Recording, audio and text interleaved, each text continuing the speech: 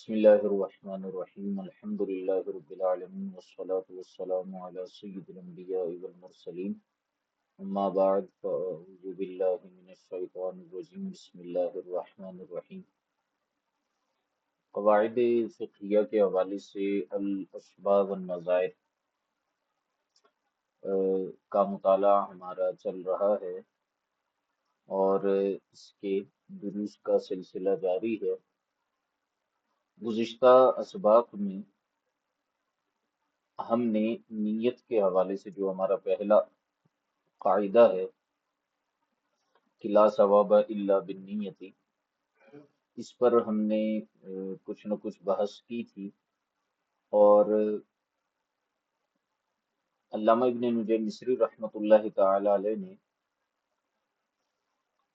یہ بحث فرمائی تھی کہ بالاجماع عبادات میں نیت شرط ہے، اور اس مقام پر ہم نے یہ کہا تھا کہ اس سے مراد عبادات مقصودہ ہیں، ان میں بالاجماع نیت شرط ہے۔ رہی بات غیر مقصودہ کی، جیسے وضو ہے، غسل ہے، مسح الخفین ہے اور اس طرح کی عبادات ہیں، تو ان میں جو ہے وہ نیت شرط نہیں ہے۔ پھر ایک سوال یہ پیدا ہوا تھا کہ تیمم میں کیوں شرط ہے، حالانکہ تیمم تو عبادات مقصودہ میں سے نہیں ہے۔ تو اس پر ہم نے جواب یہ دیا تھا کہ آیت ہی جو ہے وہ نیت اور قصد و ارادے پر دلالت کر رہی ہے، اس وجہ سے جو ہے وہ تیمم میں ہم نے نیت کو شرط قرار دیا۔ پھر آگے ایک مسئلہ آیا تھا، اور وہ یہ تھا کہ وَأَمَّا غُسْلُ الْمَيِّتِ فَقَالُوا لَا تُشْتَرَطُ لِصِحَّةِ الصَّلَاةِ عَلَيْهِ وَتَحْصِيلِ طَهَارَتِهِ وَإِنَّمَا هِيَ شَرْطٌ لِإِسْقَاطِ الْفَرْضِ عَنْ ذِمَّةِ الْمُكَلَّفِينَ۔ اس مقام پر علامہ ابن نجیم مصری رحمۃ اللہ تعالی علیہ نے دو طرح کے اقوال بیان کیے، اور دو طرح کے اقوال بیان کرنے کے ساتھ ساتھ صاحب فتح القدیر علامہ ابن حمام رحمۃ اللہ تعالی علیہ کی ایک تطبیق والی صورت کو بھی بیان فرمایا۔ تو ایک موقف تو فقہا کا یہ ہے کہ جو غسل میت ہے اس کے لیے جو ہے وہ نیت ضروری نہیں ہے، ٹھیک ہے۔ لا تشترط لصحة الصلاة علیہ وتحصیل طہارتہ، اس پر نماز جنازہ کے صحیح ہونے اور اس کی طہارت کو حاصل کرنے کے لیے غسل میت کے وقت نیت شرط نہیں ہے۔ وَإِنَّمَا هِيَ شَرْطٌ لِإِسْقَاطِ الْفَرْضِ عَنْ ذِمَّةِ الْمُكَلَّفِينَ، اور بعض فقہا اس طرف گئے کہ نیت جو ہے وہ شرط ہے، وہ اس لیے کہ ذمہ مکلفین سے جو فرض ہے اس کو ساقط کرنے کے لیے یہ ضروری ہے، ٹھیک ہے۔ تو یہ دو طرح کے اقوال جو ہے ہمارے سامنے آ گئے۔ اب کئی فقہا نے ان اقوال کو ذکر کیا ہے، اور آپ کو کئی کتابوں میں یہ دونوں طرح کے جو اقوال ہیں وہ نظر آئیں گے۔ علامہ ابن حمام رحمۃ اللہ تعالی علیہ نے ان متعارض اقوال کے درمیان جو ہے وہ تطبیق دی ہے، اور علامہ ابن نجم مصری رحمۃ اللہ تعالی علیہ نے فتح القدیر کے حوالے سے ہی اس چیز کو بیان کیا ہے۔ اور مسئلہ کچھ اس طرح سے بنتا ہے کہ جیسے کہ ہم نے اوپر یہ بات بیان کی کہ میت کے پاک ہونے، طہارت کے حاصل کرنے اور اس پر نماز جنازہ کے صحیح ہونے کے لیے جو ہے وہ نیت شرط نہیں ہے، ٹھیک ہے۔ جہاں تک بات ہے مکلفین کے ذمے کی، تو اس کے حوالے سے بعض جو فقہا نے کہا کہ نیت ضروری ہے۔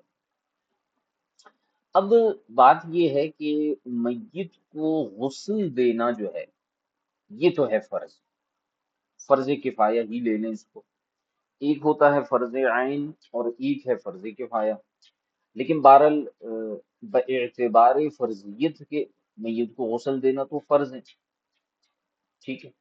اچھا، اب فقہا غور کرتے ہیں اس بات پر کہ اس کو غسل دینا کیوں فرض ہے۔ وجہ یہ ہے کہ جی میت جو ہوتا ہے وہ غسل سے پہلے ناپاک ہوتا ہے، ٹھیک ہے، کیونکہ اس میں جو اسباب نجاست ہیں وہ پائے جا رہے ہیں۔ اب اس پر الگ بحث ہے کہ اسباب نجاست کون کون سی چیزیں ہوتی ہیں، تو فقہا نے ایک سبب نجاست جو بیان کیا وہ خروج روح ہے، ٹھیک ہے۔ اچھا، ایک وجہ تو یہ ہوگی، دوسری وجہ یہ ہے کہ مکلفین کے اوپر جو ہے وہ میت کے حقوق ہوتے ہیں، اور انہی حقوق میں سے ایک حق یہ ہے کہ میت کو غسل دیا جائے، ٹھیک ہے۔ یہ ایک حق ہوتا ہے عام مسلمانوں کے اوپر، یعنی تمام مسلمانوں کے اوپر، کہ وہ مسلمان کی میت کو جو ہے وہ غسل دیں۔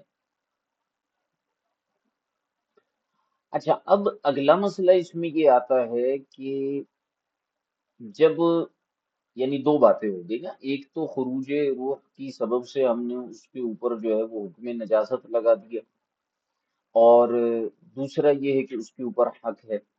اچھا، جب اس پر حکم نجاست ہے، اگر ہم اس طور پر دیکھیں تو اب وہ خود تو غسل کر نہیں سکتا، ٹھیک ہے، تو ایسی صورتحال کے اندر جو ہے وہ جو مسلمان ہوں گے، مکلفین ہوں گے، وہ جو ہے اس کو غسل دیں گے، ٹھیک ہے۔ تو اگر اس حیثیت سے دیکھا جائے کہ اس پر غسل لازمی تھا، تو اس حیثیت سے اگر اس کو، یعنی رفع نجاست کے لیے جب غسل دیا جائے گا تو اس اعتبار سے نیت ضروری نہیں ہوگی، ٹھیک ہے، کیونکہ جیسے کوئی عام شخص جو ہے وہ غسل کرتا ہے تو اس کے لیے نیت ضروری نہیں ہے، اسی طرح اگر میت سے، چونکہ بس فرق اتنا ہے کہ وہ خود غسل کر نہیں سکتا اس لیے اسے دوسرے افراد غسل دیں گے، تو اس اعتبار سے تو نیت شرط نہیں بنتی۔ اچھا، لیکن اگر ہم دوسری جہت سے دیکھیں، جو مکلفین اس کو غسل دیں گے تو اس میں تو وہ ایک حیثیت سے دیکھیں کہ مکلفین کے اوپر گویا کہ یہ جو ہے وہ مقصودی طور پر فرض ہے، غیر مقصودی طور پر فرض نہیں ہے، مقصودی طور پر ان کے اوپر جو ہے یہ فرض ہے کہ وہ ان کو، اس کو، میت کو غسل دیں۔ اس لیے جن فقہا نے مکلفین کے ذمے سے اس فرض کے ساقط ہونے کا ذکر کیا ہے تو انہوں نے وہاں پر نیت کو ضروری قرار دیا، کیونکہ مکلفین کے لیے یہ گویا کہ ایک عبادت مقصودہ کی کیفیت پیدا ہو گئی ہے، اس لیے وہ نیت کریں گے غسل دیتے وقت۔ تو اسی کے پیش نظر فقہا نے یہ اختلاف بھی کیا کہ اگر مسلمانوں نے، مکلفین نے بغیر نیت کے میت کو غسل دیا تو اگرچہ طہارت تو حاصل ہو جائے گی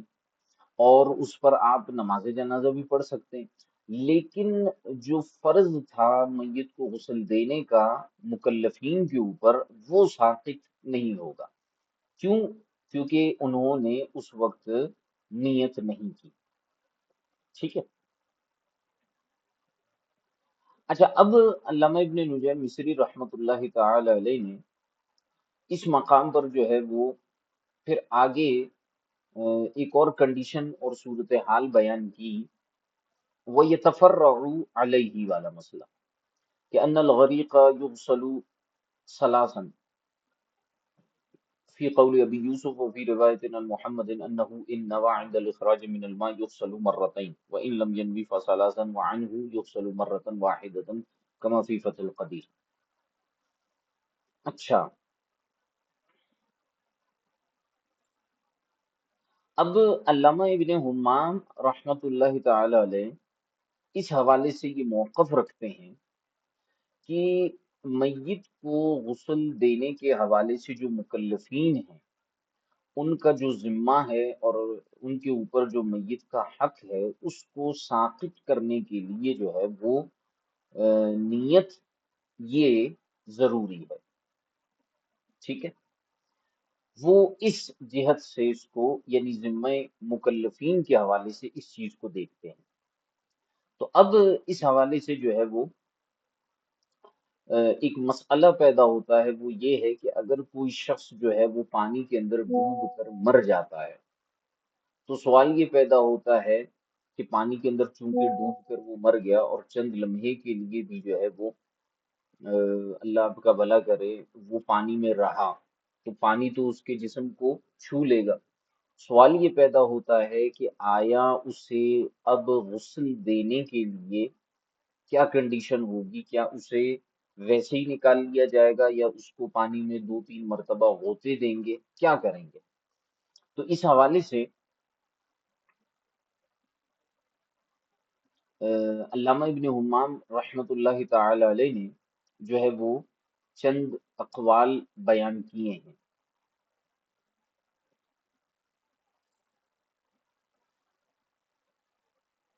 اور یہ سوال پیدا ہوتا ہے کہ اسے کتنی مرتبہ ہم غسل دیں گے؟ تو امام ابو یوسف رحمۃ اللہ تعالی علیہ کے نزدیک اسے 3 مرتبہ غسل دیا جائے گا، ٹھیک ہے؟ پہلی مرتبہ یعنی جو غریق ہے، تو آپ فرماتے ہیں کہ پہلی مرتبہ تو اس کو جو ہے وہ بطور فرض کے غسل دیں گے، جو آپ کے ذمے ہے، مکلفین کے اوپر ہے۔ پھر دوسری مرتبہ اسے بطور سنت کے ہم غسل دیں گے، اور تیسری مرتبہ جو ہے وہ تکمیل سنت کے لیے اس کو ہم غسل دیں گے۔ جیسے کہ وضو وغیرہ میں ہوتا ہے، غسل میں ہوتا ہے کہ چہرہ وغیرہ 3 مرتبہ دھونا، جس کو ہم نے سنت قرار دیا ہے، وہ کیا ہے کہ چہرے کو 1 مرتبہ دھوئیں گے فرض، دوسری مرتبہ سنت، اور تیسری مرتبہ جو ہے وہ تکمیل کے لیے، تاکہ کوئی بھی گنجائش باقی نہ رہے۔ تو فقہ نے اس حوالے سے ایک اصول بیان کیا ہے کہ جو سنن ہوتے ہیں یعنی سنتیں ہوتی ہیں، یہ محافظت فرائض کے لیے ہوتی ہیں، ٹھیک ہے؟ یعنی نماز میں بھی سنن قبلیہ اور بعدیہ آپ دیکھ لیں، وضو کی سنتیں دیکھ لیں، غسل کی سنتیں دیکھ لیں، یہ ساری کی ساری جو سنتیں ہوتی ہیں، یہ در حقیقت جو ہے وہ اس انداز میں، اس ترتیب میں مشروع کی گئی ہیں کہ یہ محافظت للفرائض کو پورا کریں، ٹھیک ہے؟ تو اس لیے امام ابو یوسف رحمت اللہ تعالی علیہ فرماتے ہیں کہ اس کو 3 مرتبہ غسل دیا جائے گا، پہلی مرتبہ بطور فرض کی، دوسری مرتبہ جو ہے وہ سنت، اور تیسری مرتبہ تکمیل سنت کے لیے۔ اچھا، وفی روایت عن محمد انہ ان نوى عند الاخراج من الماء یغسل مرتين، امام محمد رحمت اللہ تعالی علیہ فرماتے ہیں کہ جو شخص پانی میں ڈوبا ہوا تھا، اس کو نکالتے وقت اگر اس نے غسل کی نیت کر لی ہے، تو 1 مرتبہ جب آپ نے اس کو نکال لیا تو فرض تو ادا ہو گیا، لیکن اب جو ہے وہ سنت اور تکمیل سنت کے لیے آپ اس کو 2 مرتبہ غسل دیں گے۔ وَإِن لَمْ يَنْوِي، اور اگر نکالتے وقت نیت نہیں کی تو پھر امام ابو یوسف کے قول کے مطابق اس کو 3 مرتبہ جو ہے وہ غسل دیا جائے گا۔ وعنہ، اور امام اعظم رحمت اللہ تعالی علیہ، اچھا اس کا جو مرجع ہے نا، یہ دو مرجع اس کے بیان کیے گئے، ایک امام اعظم اور ایک ہے امام محمد ہی سے ایک اور روایت بیان کی گئی ہے، اور وہ یہ ہے کہ یغسل مرتن واحدتن، کہ آپ نے فرمایا کہ اسے ایک ہی مرتبہ غسل دیا جائے گا، یعنی بطور فرض کے، کما فی فتح القدیر، جیسے کہ فتح القدیر میں ہے۔ تو اب ان دو اقوال سے امام ابو یوسف رحمت اللہ تعالی علیہ اور امام محمد رحمت اللہ تعالی علیہ کی ان روایت کو بالخصوص امام ابن حمام رحمت اللہ تعالی علیہ جو لے کر آ رہے ہیں، یہاں سے یہ بات بتانا ان کا مقصد ہے کہ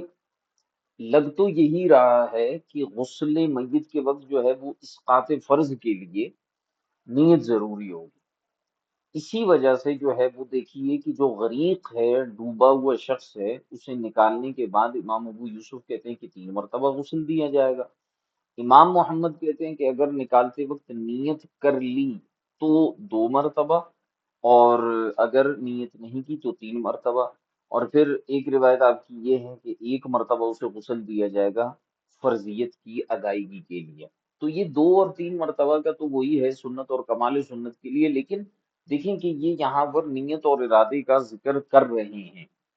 اس لیے جو ہے امام ابن حمام رحمۃ اللہ تعالی علیہ کے قول کے پیش نظر ہمیں یہی لگتا ہے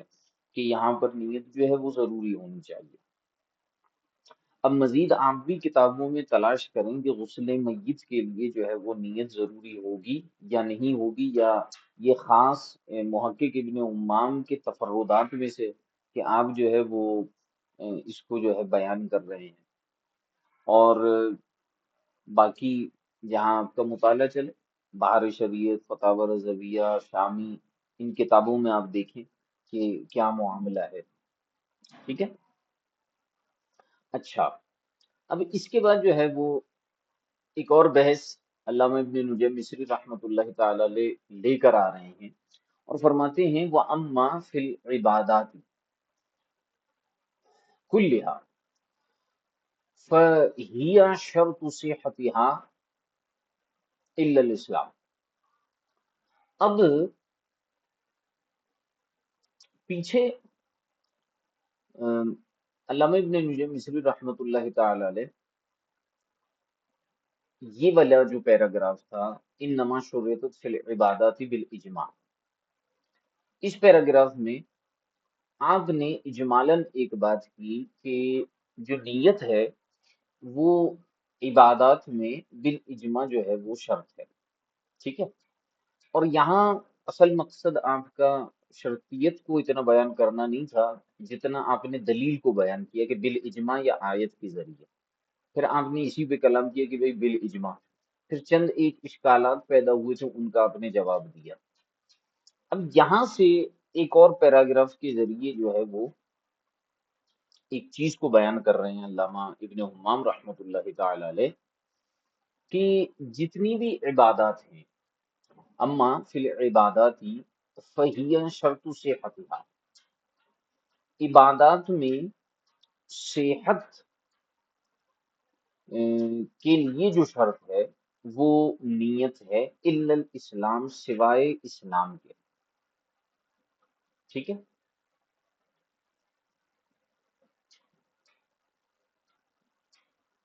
مزید یہاں پر علامہ ابن عمان نے ایک تفصیل شروع کر دی۔ اچھا، یہاں پر جتنی بھی عبادات ہیں، عبادات مقصودہ، اچھا علامہ ابن نجم مصری رحمۃ اللہ تعالی علیہ کی عادت یہ ہے کہ جب عبادت مطلقاً کہتے ہیں تو ان کی مراد عبادت مقصودہ ہوتی ہے، جب ان کو غیر مقصودہ عبادت کا ذکر کرنا ہوتا ہے تو وہاں پر آپ رحمت اللہ تعالی علیہ جو ہیں وہ وسائل کا ذکر کرتے ہیں یا عبادت غیر مقصودہ کا ذکر کرتے ہیں۔ تو یہاں پر بھی بحث عبادت مقصودہ کی ہو رہی ہے، اور آپ رحمت اللہ تعالی علیہ فرماتے ہیں کہ جہاں تک تعلق ہے ساری کی ساری عبادت مقصودہ کا، تو ان سب کی صحت کے لیے نیت شرط ہے۔ ٹھیک ہے، سوائے اسلام کے، یعنی جو، چونکہ اسلام بھی ایک عبادت ہے، تو اسلام کی صحت کے لیے، یعنی کوئی غیر مسلمان مسلمان ہو رہا ہو، اسلام لا رہا ہو، تو اسلام کی صحت کے لیے، یعنی اس کو یہ ماننے کے لیے کہ یہ درست طریقے سے اسلام میں داخل ہو گیا ہے، مسلمان ہو گیا ہے، تو علامہ ابن نجیم مصری رحمۃ اللہ تعالی علیہ ارشاد فرماتے ہیں کہ یہ جو اسلام لانا ہے اس کے لیے نیت ضروری نہیں ہے، کوئی شخص بغیر نیت کے بھی اسلام کا اقرار کر لیتا ہے تو وہ مسلمان ہو جائے گا۔ فَإِنَّهُ يَصِحُ بِدُونِهَا، کیونکہ اسلام جو ہے وہ نیت کے بغیر بھی صحیح ہے۔ کیوں بھائی؟ یہ بھی ایک عبادت ہے، یعنی اعتبار عبادت کے اور عبادت مقصودہ ہونے کے، تو پھر تو اس کے لیے بھی جو ہے وہ نیت ضروری ہونی چاہیے۔ تو فرماتے ہیں کہ ایسا نہیں ہے، ایک استثنائی صورت بیان کر دی۔ بھئی کیوں ضروری نہیں ہے؟ فرماتے ہیں بدلیل قولہم، کیونکہ فقہاء کا ایک قول ہے کہ آپ نے ارشاد فرمائے کہ ان اسلام المکرہی صحیح، کہ جو مکرہ ہوتا ہے، یعنی اگر کسی کو زبردستی اسلام کی طرف لایا جائے، یعنی مثال کے طور پر اکراہ شرعی اس کے ساتھ کیا جائے، یا آپ کو معلوم ہوگا اکراہ شرعی کس کو کہتے ہیں، بھائی گن پوائنٹ پہ اس کو اس کے سر پہ بندوق رکھ کے کہا کہ مسلمان ہو جاؤ، یا جو ہے وہ ایسا کوئی طریقہ کار اس کے ساتھ اختیار کیا گیا جس کے ذریعے اس کے اعضاء کے تلف ہونے، یا اللہ آپ کا بھلا کرے اس کے جسم کے کسی عضو کے تلف ہونے یا جان کے ضائع ہونے کا اندیشہ ہو، تو ایسی صورتحال کے اندر سوال یہ پیدا ہوتا ہے کہ کیا جو ہے وہ کیا کہتے ہیں اسلام لائے، تو کیا ایسی صورتحال کے اندر اس کا اسلام قابل قبول ہوگا یا نہیں ہوگا؟ تو فرماتے ہیں کہ فقہا نے اس حوالے سے ارشاد فرمائے کہ مکرہ کا جو اسلام ہے وہ صحیح ہے، یعنی اسے مانا جائے گا اگر وہ ایسی صورت میں اسلام لے آتا ہے، ٹھیک ہے۔ اور دوسری بات یہ فرمائی کہ ولا یکون مسلما بمجرد نیت الاسلام، اور کوئی شخص، یہ بھی فقہا کا قول ہے کہ کوئی شخص جو ہے وہ محض نیت اسلام سے مسلمان نہیں کہلائے گا، ٹھیک ہے۔ یعنی اگر کوئی شخص جو ہے وہ صرف اسلام کی نیت کر لیتا ہے تو وہ مسلمان نہیں کہلائے گا، بے خلاف الکفر، برخلاف کفر کے، یعنی اگر کوئی شخص جو ہے وہ معاذ اللہ کفر کی نیت کر لیتا ہے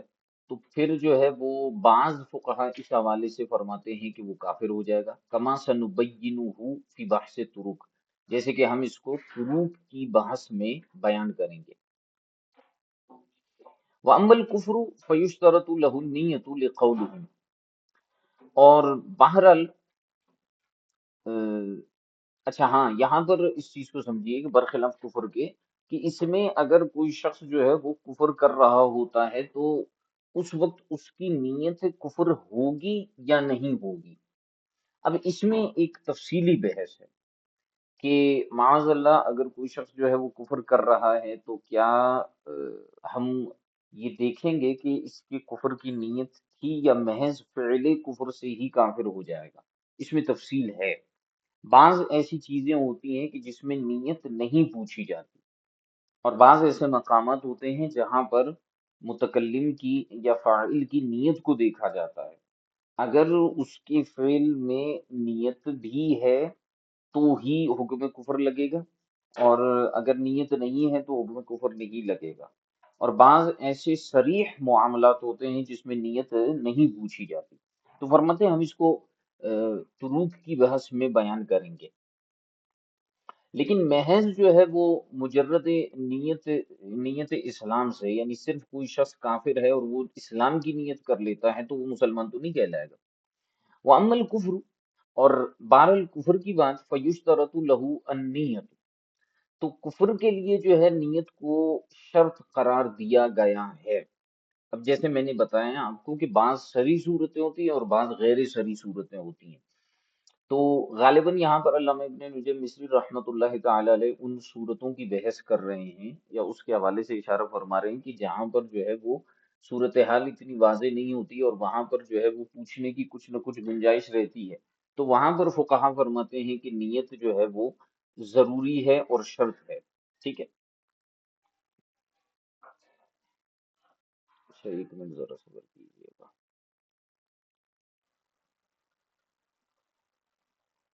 اچھا، تو فرمائے کہ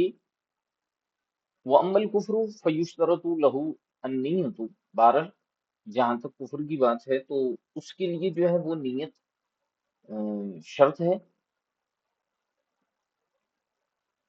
لقولہم، کیونکہ فقہا نے کہا کہ ان کفر المکرہی غیر صحیح، کہ مکرہ کا جو کفر ہے وہ صحیح نہیں ہے۔ اب اس میں جو ہے وہ آپ نے یہ مسئلہ پڑھا ہوگا کہ اگر کسی کو جو ہے وہ حالت اکراہ کے اندر جو ہے وہ کہا جائے کہ کفر بولو، تو فقہا نے اس میں عزیمت اور رخصت دو اقوال بیان کیے ہیں۔ عزیمت تو یہ ہے کہ کفر نہ بولے چاہے اسے قتل کر دیا جائے، اور رخصت یہ ہے کہ وہ توریہ وغیرہ کر سکتا ہے، نیت اس کی نہ ہو اور وہ جو ہے وہ ایسا کلمہ بولے جو ذو معنی ہو اور اس میں توریہ کر لے، تو ایسی صورتحال کے اندر فرماتے ہیں کہ اس کا کفر جو ہے وہ ثابت نہیں ہوگا کیونکہ نیت نہیں۔ ان کفر المکرہی غیر صحیح واما قولهم انه اذا تکلم بکلمۃ الکفر حاصلا یکفر، اور جہاں تک بات ہے فقہا کی اس قول کی کہ اگر کسی شخص نے کلمہ کفر بولا حاصلا بطور مذاق کے تو یکفر، وہ کافر قرار پائے گا، ٹھیک ہے۔ یہ بھی فقہا کا قول ہمیں ملتا ہے کہ کوئی شخص جو ہے وہ شریعت کا مذاق اڑاتے ہوئے جو ہے وہ کلمہ کفر بولتا ہے۔ تو اب یہاں ایک بات بہت اہم ہے، وہ یہ ہے کہ ویسے عمومی طور پر چاہے حالت اکراہ ہو یا دیگر معاملات ہوں اور بعض غیر شرعی صورتحال ہوں تو ان میں فقہا نیت پوچھتے ہیں، لیکن اگر کوئی شخص مذاق میں جو ہے وہ کفر بولتا ہے تو اب اس سے پوچھا جائے تو وہ تو کہتا ہے کہ میری تو کوئی نیت تھی، میں تو مذاق کر رہا تھا، میری تو کوئی نیت نہیں تھی۔ تو فقہا ایسی صورت میں یکفر اس کی تکفیر کرتے ہیں۔ بھئی کیوں کر رہے ہیں؟ یہاں پر وہ تو مذاق کر رہا ہے، اور مذاق والے کی تو نیت حقیقت پر نہیں ہوتی، واقعے کے مطابق نہیں ہوتی، وہ تو خلاف واقع بات کر رہا ہوتا ہے۔ تو اب یہاں پر نیت کیوں نہیں دیکھ رہے آپ؟ تو آپ فرماتے ہیں کہ انما ہوا بے اعتباری ان عینہ کفر، فرماتے ہیں وہ اس اعتبار سے کہ جو حاضل ہے، مذاق کرنے والا ہے، وہ اگرچہ مذاق کر رہا ہے، اس کا ارادہ نہیں ہے، لیکن وہ جو کہہ رہا ہے اس کا عین کفر ہے، کما علم فی الاصول من بحث الحزن، جیسے کہ اصول فقہ میں حزل کی جو بحث ہے، یعنی مذاق میں یہ معاملات کرنے کی جو بحث ہے، اس کے اندر آپ کو پتہ چلے گا۔ تو یہ ایک ایسی کنڈیشن ہے حزل کہ جس میں فقہا نے کئی مسائل کے اندر، کئی مسائل تقریباً میں سمجھتا ہوں کہ اکثر مسائل کے اندر فقہا نے جو ہے وہ نیت وغیرہ کا اعتبار نہ کرتے ہوئے براہ راست حکم لگایا ہے، اور اس کی ایک علت یہ بیان کی ہے کہ اس کا جو عین ہوتا ہے وہ اسی طرح کا ہوتا ہے۔ یعنی کوئی شخص مثال کے طور پر مذاق میں اپنی بیوی کو طلاق دے دے تو فقہا کہتے ہیں کہ یہ طلاق واقع ہو جائے گی۔ اب وہ کوئی کہے کہ جی میری تو یہ نیت نہیں تھی، تو ہم کہیں گے کہ آپ نے جو بے عین ہی جو بات کہی ہے وہ در حقیقت جو ہے وہ کیا کہتے ہیں اس کو، اسی حکم کا تقاضا کرتا ہے۔ اچھا، اس میں اور اکراہ میں کیا فرق ہے؟ حزل اور اکراہ میں، اب اکراہ میں بھی تو بندہ عین ہی بول رہا ہوتا ہے، مثال کے طور پر کسی نے کفر بول دیا تو اس کا عین بھی کفر ہی ہوتا ہے۔ تو حزل میں اور جو ہے اکراہ کے اندر جو ہے وہ کیا ہے؟ تو اس پر پھر ہمارے پاس کئی دلائل ہیں کہ مکرہ جو ہوتا ہے اس کے اوپر جو اجراء احکامات ہیں ان کو شارع نے اور شریعت نے خود معطل اور موقوف کیا ہوتا ہے کہ اس پر جو ہے وہ احکامات جاری نہیں ہوں گے کئی صورت حال کے اندر، ٹھیک ہے۔ لیکن حضل جو ہے نا یہ ایک الگ چیز ہوتی ہے، اس کی علتیں اور اس کے معاملات الگ ہوتے ہیں۔ اچھا، پھر دوسری بات یہ ہے، ایک اور چیز آپ سمجھیے کہ فقہا نے مکرہ کے اسلام کو صحیح قرار دیا اور مکرہ کے کفر کو صحیح قرار نہیں دیا۔ تو اس کی دو وجوہات ہیں۔ ایک وجہ تو یہ ہے جو علامہ ابن نجم مصری نے بیان فرمائی کہ جو اسلام ہے اس کے لیے نیت جو ہے وہ ضروری نہیں ہے، ٹھیک ہے، کیونکہ یہ ہے ایک عبادت اور عبادت مقصودہ۔ کفر جو ہے اس کے لیے آپ نے فرمایا کہ نیت جو ہے، اچھا عبادت ہے، عبادت مقصودہ ہے، لیکن اس میں جو ہے وہ نیت کو انہوں نے شرط قرار نہیں دیا، ٹھیک ہے۔ یہ بھی فقہا کا ایک کمال ہے۔ اچھا، دوسری طرف جو کفر ہے وہ ہے ایک گناہ، وہاں پر فقہا نے جو ہے وہ نیت کو شرط قرار دیا، ٹھیک ہے۔ ایک تو یہ ہمیں بات سمجھ میں آئی۔ اچھا، اس کی ایک اور وجہ یہاں پر دیکھیے، وہ یہ ہے کہ اگر کوئی اسلام میں آنا چاہتا ہے تو ضروری نہیں ہے کہ، یہ بڑی اہم بات بتا رہا ہوں آپ کو جو یہاں نہیں لکھی ہوئی، کہ کوئی شخص جب اسلام میں آنا چاہتا ہے تو یہ ضروری نہیں ہے کہ اسے نیت اور جو ہے وہ ان طرح کی چیزوں کا علم ہو کہ اسلام میں آنے کے لیے جو ہے وہ اس طرح کی شرائط بھی ہوتی ہیں. کچھ شرائط تو ہر ایک کو ہمارے ہاں اور اس میں معلوم ہوتی ہیں، بھئی اسلام میں آنے کے لیے یہ شرط ہے، یوں کرنا چاہیے، اس چیز کا اقرار کرنا چاہیے. لیکن نیت وغیرہ کا ذکر جو ہے وہ عموماً جو غیر مسلم ہوتے ہیں انہیں اتنا معلوم نہیں ہوتا. ٹھیک ہے. تو اس لیے فقہا نے ایک نرمی اور آسانی والی صورت کے طور پر یہ بات کہی کہ دیکھو اگر کوئی شخص جو ہے وہ اسلام میں آنا چاہتا ہے تو پھر آپ اس کے قول ظاہر کو لیتے ہوئے اسے مسلمان شمار کریں گے. اسے یہ نہیں کہیں گے کہ نہیں جی یہ دل سے اسلام لایا ہے یا نہیں لایا. ایک بات. دوسری بات یہ ہے، اور چونکہ اسلام میں لانا احسن، عمدہ اور اچھا ہے، اس لیے اس میں ہم نے نیت کو شرط قرار نہیں دیا. دوسری بات یہ ہے کہ کافر ہونے کے لیے، کفر کے لیے کیوں نیت کو ضروری رکھا؟ تو وہی بات ہے کہ ایک شخص اسلام سے کفر کی طرف جائے گا تو اسے تو نیتوں وغیرہ کا علم ہوگا. اور دوسری بات یہ ہے کہ اسلام سے کفر کی طرف جانے کے لیے جانا جو ہے یہ قبیح ہے، بری بات ہے. ٹھیک ہے. تو اس لیے کم از کم کوئی ایک رکاوٹ اور ایسی چیز تو ہونی چاہیے جو اسے روک سکے کفر کی طرف جانے سے. ٹھیک ہے. تو اس لیے فقہا نے یہاں پر نیت کو رکھا، چاہے حالت اکراہی کے اندر کیوں نہ ہو، کہ اس کو ہم دیکھیں گے. ٹھیک ہے. تو ان وجوہات کی بنا پر جو ہے وہ نیتوں کو اس طرح سے یہاں پر رکھا گیا. دوسری بات، وہ حدیث مبارکہ آپ نے پڑھی ہوگی، سنی ہوگی،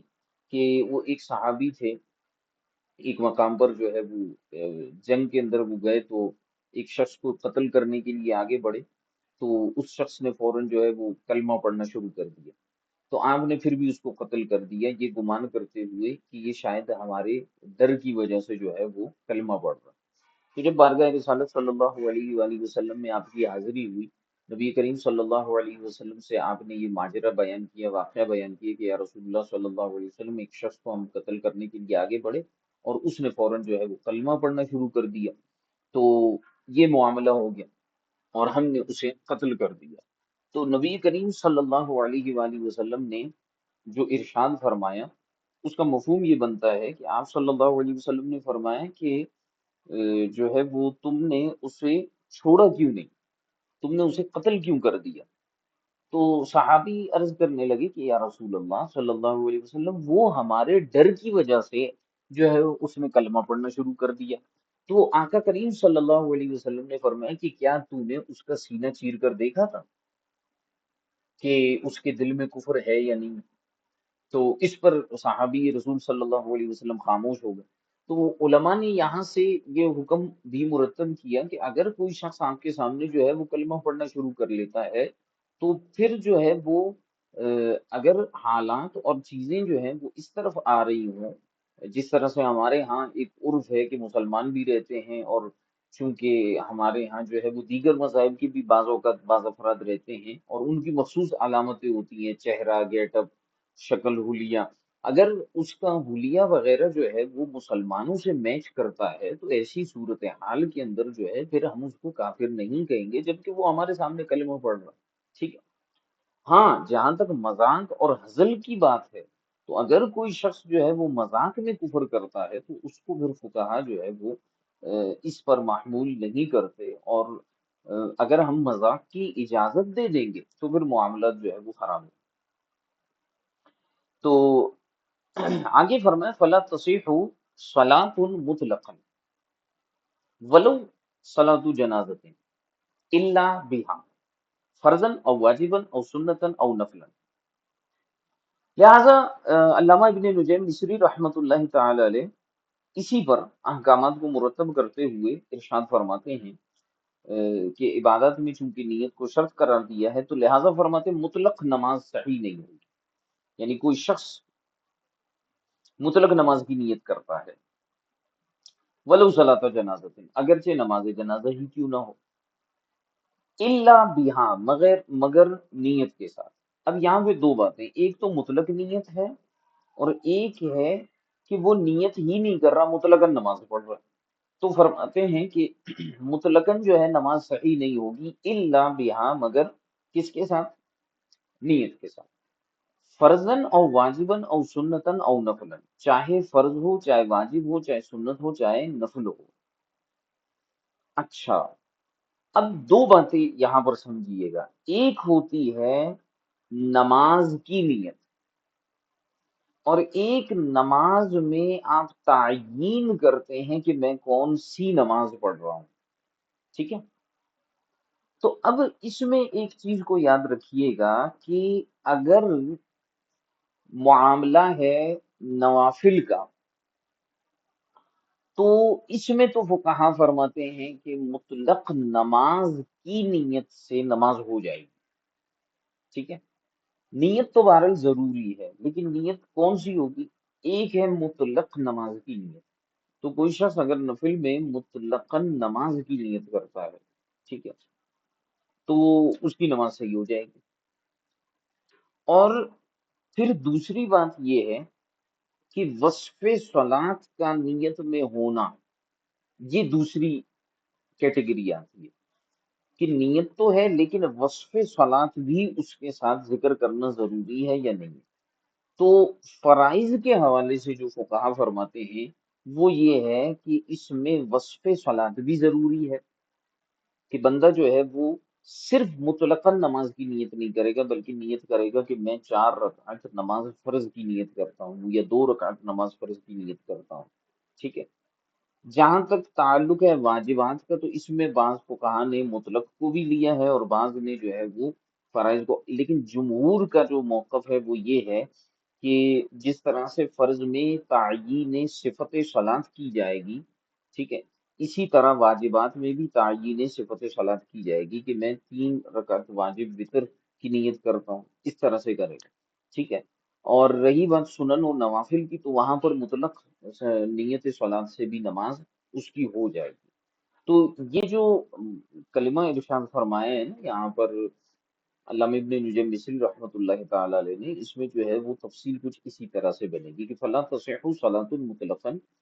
ٹھیک ہے، ولو صلاۃ جنازہ، اگرچہ نماز جنازہ ہی کیوں نہ ہو، کہ یہ مطلقاً صحیح نہیں ہے، الا بہا، مگر نیت کے ساتھ، تو نیت کے ضمن میں جو ہے وہ صفات آئیں گی، فرضاً او واجباً او سنتاً او نفلاً، چاہے فرض ہو چاہے واجب ہو چاہے سنت ہو چاہے نفل ہو، وَإِذَا نَوَى، اور اگر اس نے جو ہے وہ نیت کر لی، قطعها، اور اس نے جو ہے وہ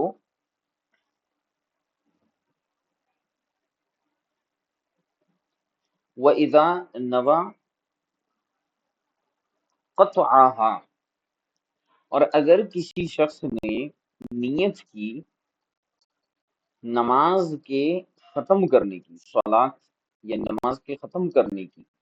تو لا یخرج عنہا الا بمنافل۔ اچھا، اب دوسرا مسئلہ یہاں پر بیان کیا کہ نماز کسی نے مکمل کر لی ہے، اور اب سوال یہ پیدا ہوتا ہے کہ نماز مکمل کر لینے کے بعد اگر کوئی شخص اختتام نماز میں جو ہے وہ نماز کے ختم کرنے کی نیت کر لیتا ہے، تو کیا وہ نماز سے خارج ہو جائے گا یا نہیں؟ تو علامہ ابن نجم مصری فرماتے ہیں کہ لا یخرج عنہا، وہ نماز سے باہر نہیں نکلے گا، الا بمنافن، مگر کسی ایسے کام کے ذریعے جو نماز کے منافی ہے، جس کو ہم کہتے ہیں خروج بسنعی، خروج بسنعی، تو خروج بسنعی کرے گا تو ہی نماز سے خارج ہو جائے گا، ٹھیک ہے؟ تو قطعیت صلاۃ کے لیے یا خروج عن الصلاۃ کے لیے محض نیت جو ہے وہ ضروری نہیں ہے، بلکہ امر منافی جو ہے وہ ضروری ہے۔ اچھا، یہ جو قاعدہ لگ رہا ہے نا یہاں پر، یہ کئی عبادت میں کام آتا ہے، کئی طرح کی جو عبادت ہوتی ہیں اس میں کام آتا ہے۔ مثال کے طور پہ روزہ ہے، اب روزہ جب مکمل ہوا، مغرب کا وقت ہو گیا، تو روزہ تو آپ کا مکمل ہو گیا، اب آپ صرف نیت کر لیں کہ میں نے جو ہے وہ روزہ اپنا پورا کر لیا، تو فقہا فرماتے ہیں کہ نہیں، اسے کوئی ایسی علامت جو ہے وہ کرنی پڑے گی، طریقہ اختیار کرنا پڑے گا جو روزے کے منافی ہو، تاکہ جو ہے اس کے افطار کے اوپر وہ دلالت کرے، تو وہ کچھ کھائے گا پیے گا، جس کی وجہ سے یہ اشارہ بن جائے گا، یہ علامت بن جائے گی کہ اس نے اس عبادت کی تکمیل کر لی۔ اسی طرح جو عمرہ ہوتا ہے یا حج وغیرہ ہوتے ہیں تو اس میں یہ جو حلق وغیرہ کے معاملات ہیں جو کہ احرام کے منافی ہیں، لیکن یہ معاملات کیے جائیں گے تبھی تو پتہ چلے گا کہ یہ بندہ احرام سے جو ہے وہ باہر آ گیا، اپنے فرائض اس نے پورے کر لیے، ٹھیک ہے۔ تو اسی طرح جو ہے فرمائے وَإِذَا نَوَى قَطْعَهَا، اگر کوئی شخص نماز کے ختم ہونے کی نیت کرتا ہے تو لا يخرج عنها، وہ نماز سے باہر نہیں نکلے گا، الا بمنافل، مگر منافی عمل کرنے کے۔ اچھا، ولو نوا الانتقال عنها الى غیرها، دوسرا مسئلہ یہ ہے کہ اگر کسی شخص نے ایک نماز سے دوسری نماز کی طرف منتقل ہونے کی نیت کری، ٹھیک ہے، یعنی مثال کے طور پر فرض سے سنت یا نفل، یا نفل سے سنت یا فرض کی طرف منتقل ہونے کی نیت، تو اس صورت میں کیا یہ انتقال کی نیت اور اس طرح کا منتقل ہونا درست قرار پائے گا یا نہیں؟ تو علامہ ابن الجیم مصری رحمۃ اللہ تعالی علیہ فرماتے ہیں کہ فَإِنْ كَانَتِ الثَّانِيَةُ غَيْرَ أُولَى وَشَرَعَ بِالتَّكْبِيرِ صَارَ مُنْتَقِلًا وَإِلَّا فَلَا، کہتے ہیں اس میں دو شرائط ہیں۔ پہلی شرط تو یہ ہے کہ دوسری نماز غیر اولا ہو پہلی سے، اور دوسری بات یہ ہے کہ اس نے اسے شروع کیا ہو تکبیر کے ساتھ، تو ہم اس کو منتقل شمار کریں گے، ورنہ یہ منتقل نہیں ہوگا۔ مثال کے طور پر فرض پڑھ رہا ہے، اور فرض سے یعنی اس نے فرض کی نیت کی، اب وہ فرض سے جو ہے منتقل ہوتا ہے سنت یا نفل کی طرف، ٹھیک ہے، تو فرماتے ہیں کہ فَإِنْ كَانَتِ الثَّانِيَةُ غَيْرَ أُولَى، تو دیکھیں فرض کے مقابلے میں جو نفل ہے وہ غیر اولا ہے، ٹھیک ہے، اور اس نے جو ہے منتقل ہونے کے وقت جو ہے وہ تکبیر سے شروع کیا تھا، ٹھیک ہے، یعنی منتقل ہوتے وقت اس نے تکبیر تحریمہ دوبارہ کہی، اور نیت اس کی منتقل ہونے کی تھی، تو ہم اسے منتقل مانیں گے، اور اس کی جو دوسری نماز ہے اسے صحیح شمار کریں گے۔ اب اس کی مثال یوں بنتی ہے، جیسے مثال کے طور پر کوئی شخص جو ہے وہ کسی امام کے پیچھے گیا، ظہر وہ پڑھ چکا ہے، ظہر کی نماز وہ پڑھ چکا ہے، اب امام کے پیچھے چلا گیا اور اس نے اللہ اکبر کہہ کر نماز شروع کر دی۔ اچھا، ابھی تک وہ جو ہے وہ قیام میں ہی تھا کہ اسے خیال آیا اوہ میں تو ظہر اکیلے پڑھ چکا ہوں یا کسی اور مسجد میں جماعت کے ساتھ پڑھ کے آیا ہوں۔ اب وہ پیچھے بھاگنے کی کوشش تو نہیں کرے گا، وہ چاہے گا کہ چلو میں امام کے ساتھ بھی پڑھ لوں، تو اب وہ کیا کرے گا، وہ انتقال کی نیت کرے گا، کس چیز کی طرف، نفل کی طرف، کہ میں چار نفل پڑھ لیتا ہوں۔ اب وہ دوبارہ اللہ اکبر جب کہے گا تو اب ہم اسے کہیں گے کہ اب یہ منتقل ہو گیا ہے۔ لیکن اگر وہ نفل کی جماعت میں مثال کے طور پر شریک ہے، یا وہ نفل نماز خود پڑھ رہا ہے اور اسی دوران وہ یہ نیت کرتا ہے کہ میں فرض پڑھ لوں، تو ایسی صورتحال کے اندر جیسے مثال کے طور پر یا وہ سنتیں پڑھ رہا ہے، اب وہ زور کی چار سنتیں پڑھ چکا ہے لیکن دوبارہ سنت کی نیت سے کھڑا ہو گیا، اب اسے قیام میں ہی خیال آیا کہ یار میں تو سنتیں پڑھ چکا ہوں، مجھے تو فرائض پڑھنی چاہیے، اب وہ دوبارہ اللہ اکبر کہتے ہوئے فرض کی نیت کرتا ہے، تو ہم کہیں گے کہ نہیں، اب یہ منتقل نہیں ہو سکتا، کیونکہ جس نماز کی طرف یہ انتقال کر رہا ہے وہ اولا ہے، جس نماز میں یہ موجود ہے اس سے زیادہ، تو اس لیے جو ہے یہ منتقل نہیں ہو سکے گا، ٹھیک ہے۔ اور اس کی پھر دیگر وجوہات بھی فقہا نے بیان کی، ایک وجہ یہ بھی بیان کی ہے کہ دیکھیں غیر اولا کی ہم نے قید اس لیے لگائی کہ نوافل فرائض کی ضمن میں آ سکتے ہیں، تابعیت میں آ سکتے ہیں، سنتیں بھی، لیکن فرض کسی اور نماز کی تابعیت میں نہیں آ سکتی، اس لیے نفل سے فرض کی طرف انتقال درست نہیں ہوگا، فرض سے نفل کی طرف درست ہو جائے گا۔ اچھا جی، صار منتقلا والا فلا ولا يصح اقتداء بامام الا بالنیت، اسی طرح ایک اور مسئلہ بیان کیا کہ جناب والا کسی امام کی اقتدا جو ہے وہ صحیح نہیں ہے مگر نیت کے ساتھ، یعنی نیت اقتدا ضروری ہوگی، ٹھیک ہے، وتصح الامامۃ بدون نیتها، ہاں امامت صحیح ہو سکتی ہے بغیر امامت کی نیت کے، خلاف للکرخی، برخلاف امام کرخی کے اور امام ابو حفص الکبیر کے، کما فی البنایا، جیسے کہ بنایا میں بھی یہ بات مذکور ہے۔ تو اقتداء کے لیے نیت شرط ہے، لیکن امامت کے لیے نیت ضروری نہیں ہے۔ اقتداء کے لیے اس لیے ہے کیونکہ دیکھیے نماز اکیلے بھی پڑھی جا سکتی ہے اور اقتداء میں بھی پڑھی جا سکتی ہے، تو اقتداء ایک امر زائد ہے۔ تو جس طرح سے اللہ آپ کا بھلا کرے، نماز پڑھنا تو صحیح ہوگا،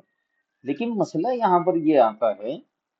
کہ آپ ایک امر زائد کر رہے ہیں اور وہ ہے اقتداء، تو اس کے لیے ایک نیت کرنا آپ کو ضروری ہوگی۔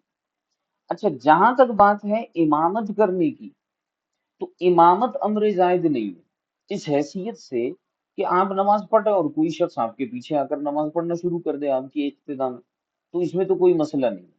تو اس لیے فرمائے کہ امامت کے لیے جو ہے وہ نیت ضروری نہیں، اگر کوئی شخص جو ہے وہ بغیر نیت کے بھی امامت کر لیتا ہے تو کوئی مسئلہ نہیں ہے، اور پیچھے اس کے مقتدی کھڑے ہو جائیں گے تو ان کی اقتداء صحیح ہو جائے گی۔ لیکن امام کرخی نے اور امام ابو حفص کبیر نے یہی بات کی کہ یہ بھی چونکہ ایک امر زائد معاملہ ہے، اس لیے امامت کے لیے بھی نیت ضروری ہوگی، ٹھیک ہے۔ لیکن مفتابی قول کے مطابق امامت کے لیے نیت ضروری نہیں، جیسا کہ بنایا میں بیان کیا، الا اذا صلی خلفہ نساء، ہاں اگر امام کے پیچھے عورتوں نے نماز پڑھنا شروع کی، تو ایسی صورت میں پھر ان کی صحت کے لیے، ان کے صحت اقتداء کے لیے امام عورتوں کی بھی نیت کرے گا۔ وجہ یہ فقہ نے فرمایا کہ مرد تو ویسے ہی اقتداء میں شامل ہو جائیں گے، عورتیں چونکہ، اور فی زمانہ دیکھا جائے تو عورتیں ہوتی ہی نہیں ہیں، تو ان کے لیے پھر اسپیشلی جو ہے وہ نیت کرنی پڑے گی۔ فَإِنَّ اقتداءهن بِهِ بِلَا نِيَّةِ الْإِمَامِ لِلْإِمَامَةِ غَيْرُ صَحِيحٍ، کیونکہ فرماتے ہیں کہ امام کی، ان کی امامت کی نیت کیے بغیر عورتوں کا اقتداء کرنا جو ہے وہ صحیح نہیں ہوگا۔ وَاسْتَثْنَى بَعْضُهُمْ الْجُمْعَةَ وَالْعِيدَيْنِ، ہاں بعض فقہا نے جو ہے وہ عورتوں کے جو ہے وہ امامت کے حوالے سے کہ عورتوں کے لیے امام نیت نہیں کرے گا یا کرے گا، اس حوالے سے بعض فقہا نے جو ہے وہ جمعہ اور عیدین کو استثناء کر دیا ہے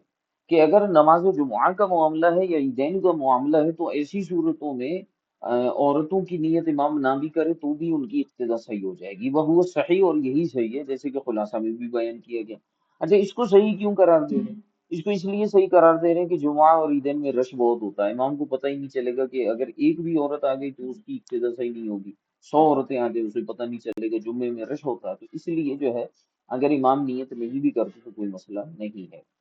ٹھیک ہے جناب۔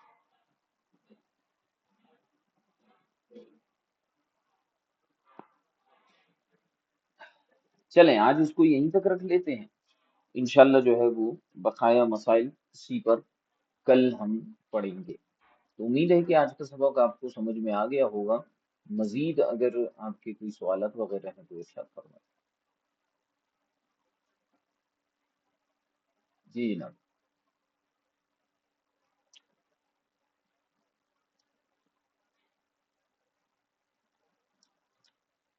کوئی سوال؟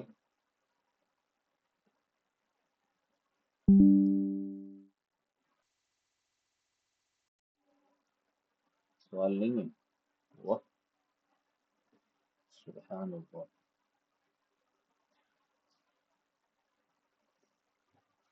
اور کسی کا کوئی سوال؟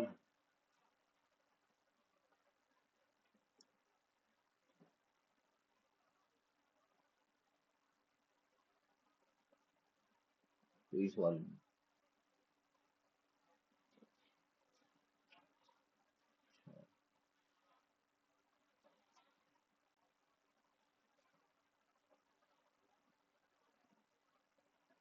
دیکھ لیں، سوچ لیں،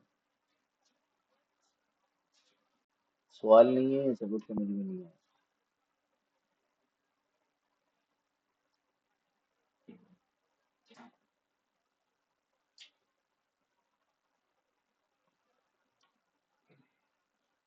جی